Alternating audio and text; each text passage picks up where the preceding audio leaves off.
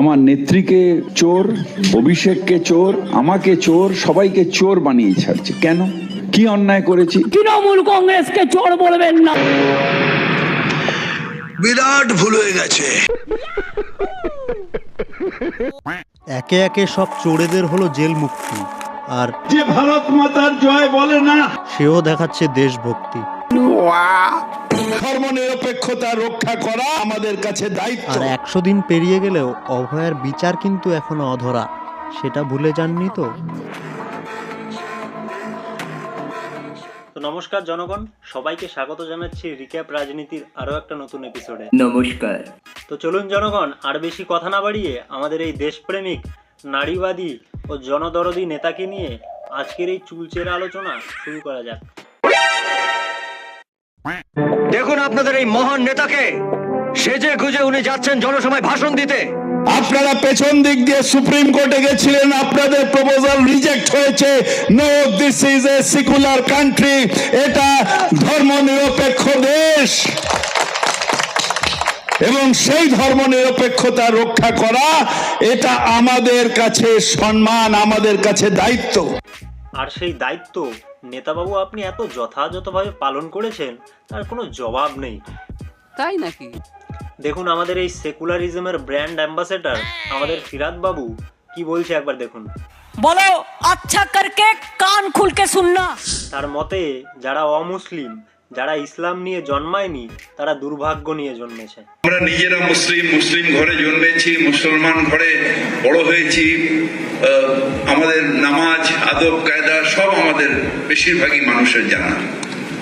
কিন্তু যারা দুর্ভাগ্য নিয়ে জন্মেছে, যারা ইসলাম নিয়ে জন্মায়নি, তাদেরও দাওয়াতে ইসলাম, অর্থাৎ ইসলামের দাওয়াত দিয়ে তাদের মধ্যে ঈমান নিয়ে আসলে এটা আল্লাহ তাআলাকে খুশি করা হবে।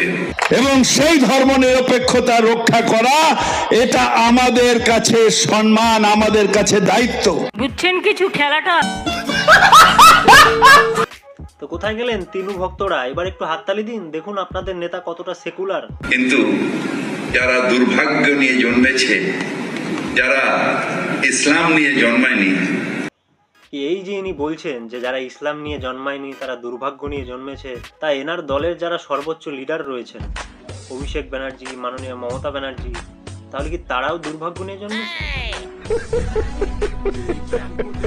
আমি একটা কথা বলি, শুনুন কে কি বলেছেন। আমরা যে রোজ আমি কারণ আমি তাতে কি যায় আসে, ওর নিজের ওপিনিয়ন বলেছে। আপনি কি সমর্থন করেন? আমি এসব দেখিনি, শুনিনি।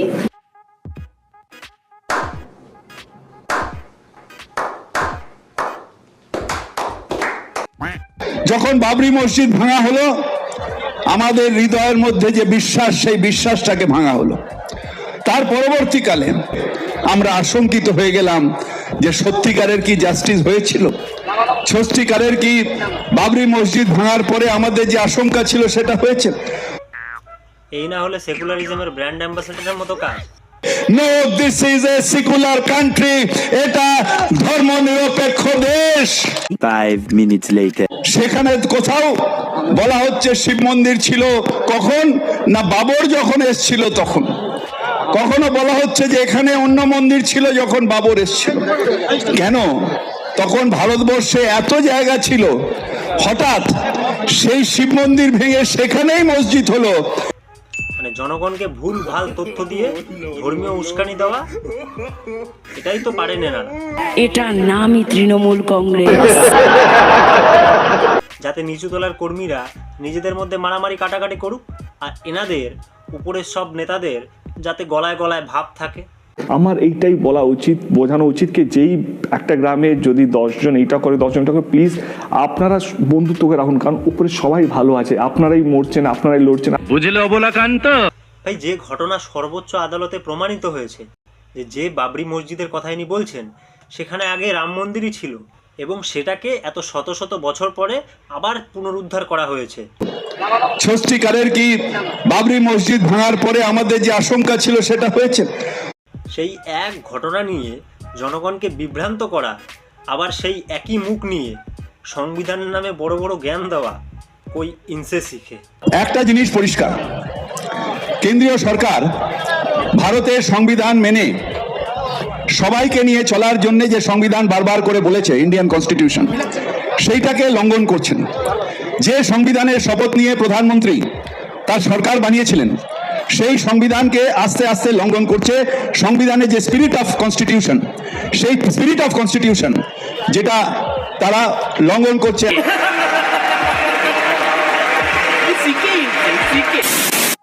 আর ভাই এটাই শেষ নয়, 21শে জুলাইয়ের মঞ্চে দাঁড়িয়ে ইনি প্রকাশ্যে বলছেন যে আমরা হিন্দু মুসলিম ভাই ভাই একসাথে থাকতে চাই। বাংলায় আমরা হিন্দু মুসলিম শিখ ইসাই সবাই ভাই ভাই একসাথে থাকতে চাই, তাই আমরা মমতা ব্যানার্জির নেতৃত্বে সারা বাংলায় সুরক্ষিত আছি। আর ভাই এনার এই ভাষণ শুনে যে সমর্থকরা আপনারা হাততালি দিচ্ছেন, তাদের একটু চোখে আঙুল দিয়ে আসুন দেখিয়ে দিই। সব সত্যিটা এদের সামনে বলো। যে একটা এমন সময় আসবে যখন কিনা ইনি পশ্চিমবঙ্গের অর্ধেক পপুলেশনকে উর্দু ভাষায় কথা বলাবেন। इंशाअल्लाह ताला एक दिन ऐसे होगा जब बंगाल के आधे पॉपुलेशन वो भी उर्दू बोलेंगे और उर्दू शेर शायर। ভাই সেই সব তিনু ভক্তদের বলছি, যারা এখনো মনে করছেন কিনা যে ফিরহাদ হাকিম একজন দেশপ্রেমিক, আমি কিন্তু আপনাদের সঙ্গে একমত। সত্যিই ইনি একজন দেশপ্রেমিক, সেটা বড় কথা নয়, কিন্তু তার আগে অবশ্যই কিন্তু এনার একটা ডিএনএ টেস্ট করাতে হবে। কারণ ইনি যে কোন দেশের প্রেমিক, বাংলাদেশ নাকি পাকিস্তান, সেটা কিন্তু এখনো শিওর হওয়া যাচ্ছে না। কেন আমি বারবার করে জবাব দিতে হবে? কেন প্রমাণ করতে হবে যে আমি ভারতীয়?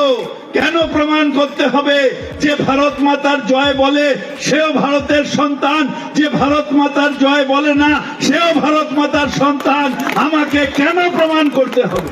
ভারতের মাটিতে থাকবেন, ভারতের অন্ন খাবেন, আবার ভারত মাতা কি জয় বলতেই আপনাদের যত সমস্যা। বাহ!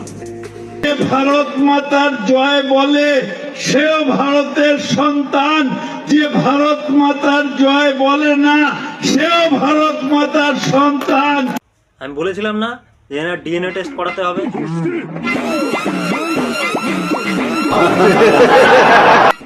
তাই এখনো পর্যন্ত তো শুধু আমরা নেতাবাবুর দেশপ্রেমিক রূপটাই দেখেছি, এখনো তো আরো দুটো রূপ দেখা বাকি আছে। তাই একটু ধৈর্য ধরে বসুন, এবার আমি আপনাদের দেখাবো আমাদের নেতাবাবুর নারীবাদী রূপ। দেখুন আপনাদের এই মহান নেতাকে, সেজে গুজে উনি যাচ্ছেন জনসভায় ভাষণ দিতে। মহিলাকে অপমান করা মানে নিজের মাকে অপমান করা, মহিলাকে অপমান করা মানে নিজের বোনকে অপমান করা। কোনো মহিলাকে অপমান করার মতন মনোবৃত্তি আমার নেই। হ্যাঁ সেটাই তো, ইনি তো আর কাউকে কানে কানে গিয়ে এটা বলেননি। किस कलर की चड्डी पहने हो? উনি তো শুধু প্রকাশ্য মঞ্চে দাঁড়িয়ে তার বিরোধী দলের মহিলা নেত্রীকে মাল বলেছেন। কি কান্না! আপনাদের এখানে প্রার্থী দিয়ে দিল সন্দেশখালী থেকে। সেই ভদ্রমহিলা কোথায়? এই তো হাজী নুরুলের বিরুদ্ধে কেস করেছিল, হেরে গিয়ে হেরো মাল, হেরে গিয়ে হেরো মাল। আর এতে তো কোনো অন্যায় নেই, মাল তো কমন ল্যাঙ্গুয়েজ, চলতি ভাষা, তাই না? হেরে গিয়ে হেরো মাল, এটা চলতি ভাষা। হেরো ভূত, হেরো মাল, এটা চলতি ভাষা। ফিরহাদ হাকিমের দুটো মেয়ে আছে, যদি তার মেয়েকে রাস্তায় বেরোলে কেউ যদি বলে মাল যাচ্ছে, ফিরহাদ হাকিম তো তার বাড়িতে আধ ঘন্টার মধ্যে পুলিশ পাঠিয়ে দেবে। তো চলুন জনগণ, এবার আমরা দেখে নেব এই ফিরহাদ বাবুর জনদরদি রূপটা। দেখুন আপনাদের এই মহান নেতাকে, সেজে গুজে উনি যাচ্ছেন জনসভায় ভাষণ দিতে। আমরা মেহুল চস্কির কথা বলি, আমরা বিজয় মালিয়ার কথা বলি, নীরব মোদির কথা বলি, কিন্তু ডাইরেক্টলি আমরা মোদি চোর মোদি চোর মোদি চোর বলি না। আমার নেত্রীকে চোর, অভিষেককে চোর, আমাকে চোর, সবাইকে চোর বানিয়ে ছাড়ছে। কেন? সত্যিই তো, কেন আপনারা ওনাকে চোর বলবেন? কি এমন দোষ করেছেন উনি? আমার নেত্রীকে চোর, অভিষেককে চোর, আমাকে চোর, সবাইকে চোর বানিয়ে ছাড়ছে। কেন? কি অন্যায় করেছি? কোনটা প্রমাণিত হয়েছে? শুধুমাত্র বাড়িতে একটা স্যান্টো গেঞ্জি পরে ফটোশ্যুট করেছে বলে ওনাকে চোর চোর বলা হবে? এটা কিন্তু একদম উচিত নয়। কেন আমাদের সামাজিক সম্মান নেই, আমাদের আত্মসম্মান নেই? শোনা গো আমার, যে লোকটা ছোটবেলা থেকে অন্য জীব হয়ে মানুষের সেবা করার জন্য এসছে, আর তাকে আপনারা এরকম বলছেন? আত্মসম্মান আমাদের থাকতে পারে না, যেহেতু আমরা মানুষের কাজ করার জন্য ছোটবেলা থেকে এসেছি, তাই কাউন্সিলর হয়েছি। আমরা একটা অন্য জীব। আমরা আপনারা যে বয়সে হামাগুড়ি দিতাম, ল্যাংটো হয়ে ঘুরে বেড়াতাম, সেই ছোট্টবেলা থেকেই এনারা অন্য জীব হয়ে মানুষের সেবা করে যাচ্ছে। ছোটবেলা থেকে চেতলার মানুষদের নিজে কোনো রকমের ছোট করে ব্যবসা করে সেখান থেকে করে সমাজ সেবা করেছে, এটাই আমার অপরাধ। 11 সাল অব্দি যখন ববি হাকিম এমএলএ এবং মন্ত্রী নির্বাচিত হচ্ছেন 2011 যে ভোটে, তখন ওনার বয়স 52 বছর। উনি নাকি ব্যবসা করেন। 52 বছর বয়স পর্যন্ত ব্যবসা করে ওনার নিজের দাখিল করা ইলেকশন এফিডেভিট অনুযায়ী ওনার মোট সম্পত্তির পরিমাণ ছিল 3,77,00,000 টাকা। 52 বছর বয়স অব্দি একটা লোকের ব্যবসা করে। তারপরে মন্ত্রী হলেন। 10 বছর মন্ত্রীগিরি করার পরে 2021 সালে ওনার নিজের দাখিল করা সম্পত্তির পরিমাণ হয়ে গেল 13,33,00,000 টাকা। অর্থাৎ 52 বছর অব্দি ব্যবসা করে একটা লোক কামিয়েছে 3.5 কোটি টাকা, তারপর মন্ত্রী হয়ে ব্যবসা করে 10 বছরে কামিয়েছে 9.5 কোটি টাকা। আসলে মন্ত্রী হওয়াটাই এদের ব্যবসা। এটা আমি একটা ববি হাকিমের উদাহরণ দিলাম। তাতে কি, তারা তো সেই ব্যবসা করতেই পারেন, কারণ তারা তো অন্য জীব। আমরা একটা অন্য জীব, সেই জীবের কোনো সম্মান থাকবে না। সবই কপাল, আফসোস করে লাভ নেই। তো জনগণ, আজকে এই অন্য জীব পর্যন্তই থাক।